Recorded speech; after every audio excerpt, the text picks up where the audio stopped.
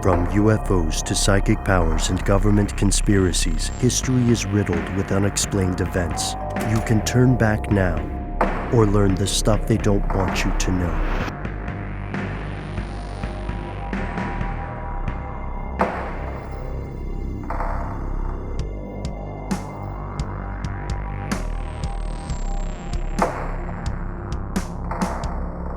And we have returned for one last act in our weekly listener mail segment. We are not returning on our lonesome. We are joined by Andrew, who wrote an email about something we've alluded to in the past. Here's what he said. Andrew said, "Hey, realist, I can't be the only one who went into a full existential crisis when they found the word whoosh, whoosh, Melungeon next to an ancestor's name." Here we go. Being of a family who left Kentucky for Illinois in the late 1800s, I had never heard a single thing about Melungeons and was never given any explanation for our family's distinctive look beyond a vague Cherokee princess in our past. Yours had already been one of my favorite podcasts for a couple of years when quarantine sent me onto a journey into my past. Imagine my surprise when I saw Melungeon in Ben's bio. I am feeling pretty lost in the weeds with all of the new information coming at me. I'd love to hear more about the mysteries of these people and was wondering if you've done an episode or would consider doing one in the future. Thanks for reading. I'm anxious to hear more. Andrew, proud Melungeon? Roma? That's a good question, Andrew. This is a story that's close to my personal experience. As Matt and Noel are well aware, I do come from historically a Melungeon family, and this word, this concept is filled with all sorts of fascinating legends, if untrue, fascinating. And what I'd like to do for you today, Andrew, is tell you the legend as I heard it growing up, and then tell you the truth, or what is the current accepted science, and then maybe explore a little bit of how this story became so confusing through history's palimpsest, or the game of telephone. And Noel, Matt, I apologize to you guys because you have heard this story before when we've been hanging out off air. I'm excited about this. We almost made a TV show about this, Ben. The Melungeon treasure, right? Yeah, that's right. It was not our original choice. It was not our first choice. Wasn't Elvis a Melungeon, or in some way connected with that group? So there's speculation that Elvis's one of his parents, his mother specifically, was a Melungeon, that Abraham Lincoln had some sort of connection. The thing about this is a lot of it's based on legend, but there is a true story, and Melungeons are a real part of the world here in the United States. So the stories I heard it, Doc, could we get like a corny Once Upon a Time cue? Perfect. Thank you. All right. So as I heard it, way back in the day, when Europeans were first going into the hinterlands of the Appalachian Mountains, they encountered people they had never seen before. These people had darker skin, but they seemed to have European facial features. They lived in long houses, communal living quarters, and they, surprise, seemed to speak some incredibly antiquated version of English. "Who are you people?" said the Europeans. We've just always been here. Why? And they're like, well, because if you are Native American, that's not the word they would use at the time, but they said, if you're Native American, you have to GTFO. When you get out, this is our place now. And they said, oh, no, we're not. No, we're, and they looked around and they were kind of thinking like, what else could we be? What else do you have? And then they said, there's a melon. Right. No. Or are we Melungeon? No, not yet. They're not at that point yet. They say, oh, we're Roma. You know, that's what we are. And so fast forward, however many years, however many decades, Europeans return to this isolated area and they say, hey, did you all say you were Roma? And they're like, well, what happens if we're Roma? And they say, well, if you're Roma, GTFO, you got to get out. And they're like, oh no, we're something else. And so that's the story as I heard it. And from that, for centuries, people have been trying to guess what these people were, some of the first free people of color legally in the US, and the subject of all sorts of legends, many of which you probably wouldn't hear outside of Hancock County, East Tennessee, where historically they're based. So, Andrew, the answer is that Melungeons, as a group or as a name for many other similar groups, Melungeons are a real thing. Today, we would call this group a triracial isolate. The DNA mixture is from Native American populations, people from sub-Saharan Africa, and Europeans.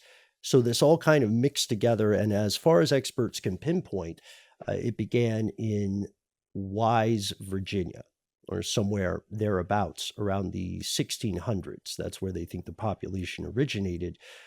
But still, science has a hard time going up against legends and tradition. So over the centuries, Melungeons have been associated with things like hidden treasure, which which I wish we could find. Don't get me wrong. I hope we find it. And then the allegations of extraordinary powers or occult covenants, things like that. Those were things that people really believed. But I want to ask you guys, Noel, Matt, had you ever heard of this term before we met? No, I haven't. No, yeah, it was something that I was learning. I've learned about, honestly, but through you, and then I think we've done some episodes about it in the past that explored it a little bit more, deeply. But it is definitely not something that was ever on my radar. So I thank you for that, Ben. Just so you know, personally, Ben, for me, it's a term I guarantee you I'd seen before, but not until we had a conversation about it did I begin noticing it, where I had that effect where now I see the word when it's in an article or something, and I recognize it, I guess, if that makes sense. I didn't know what the word Melungeon meant until we talked about it, and I learned about Silverado and the lost silver of the Appalachians. Appalachia. That part wasn't us, folks. But yeah, so without going into, some autobiography or personal life monologue, let's take a look at the larger issue here. There is a ton of folklore associated with this. The typical description, the historical description of what would qualify as a Melungeon, you're not going to see a lot of people like that in Tennessee today, unless you're in very specific, isolated pockets of eastern Tennessee.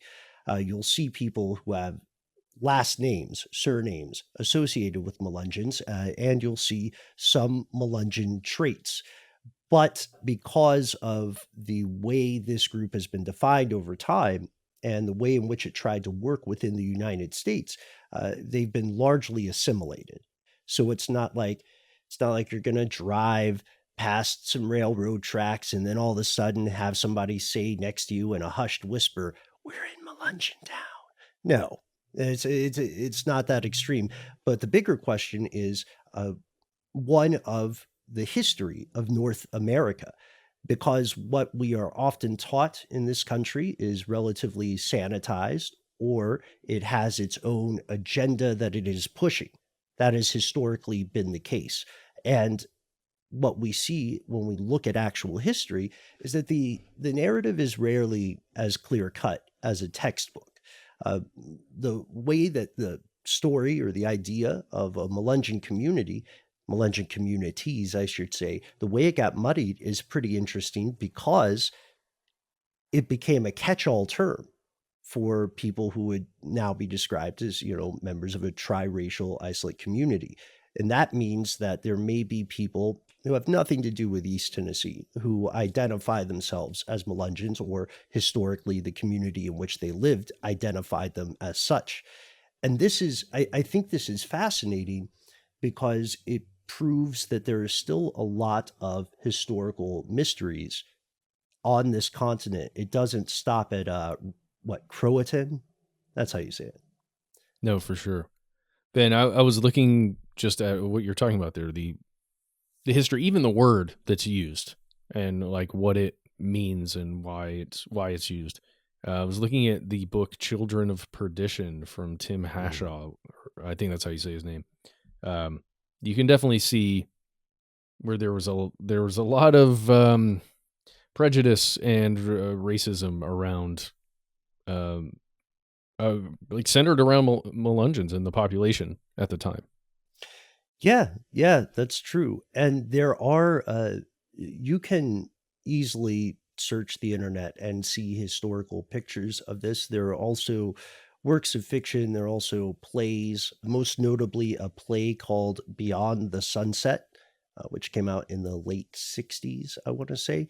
This conversation is important because for a long time in my family and extended community, the question of origin was a matter of which legend a person preferred. And as the United States went through its trials and tribulations, the narratives of these people also changed in step with that. It wasn't until the emergence of better genealogical tools that more people were able to trace this sort of lineage or this sort of family history. And we have one example in the Stuff They Don't Want You to Know family of someone who did take a DNA test, and that's our very own Noel Brown. And we've talked about this a little bit in the past, Noel, but I think you were a little surprised by your results. Well, I was surprised in that I was kind of underwhelmed. I was just kind of like, it was just kind of like a big swath of like basic Nordic kind of, heritage, without much super interesting, connectivity.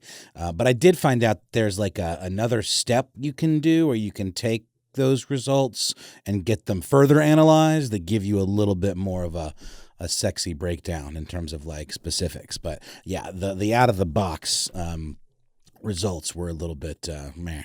Man, for $200, that's a steal. Weren't the early DNA test something like, you are from Earth? That will be $500. You're probably from one of the continents. Yeah, but thanks for your DNA. Thanks for your DNA. Just keep it right here.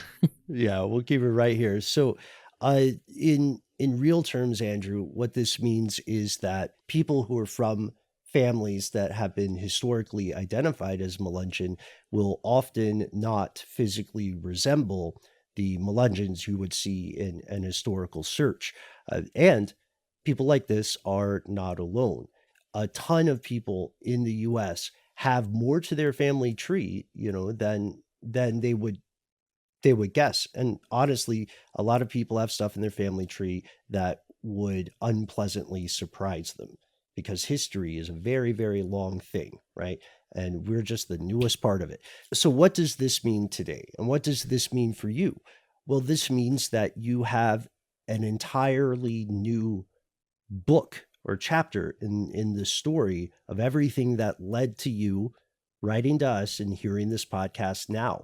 If you want to learn more about the current Melungeon community, which is still active, and if you have Facebook, then I would recommend checking out several Facebook pages. You can find them pretty easily. It's a bunch of people sharing genealogical information up to and including some of their DNA info. That last part I would be mindful of, but it is up to you.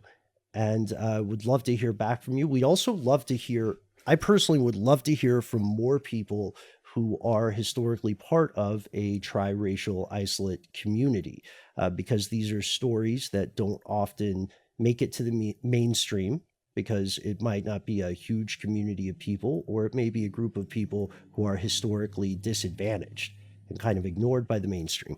So if you have a story like that, would love to hear it.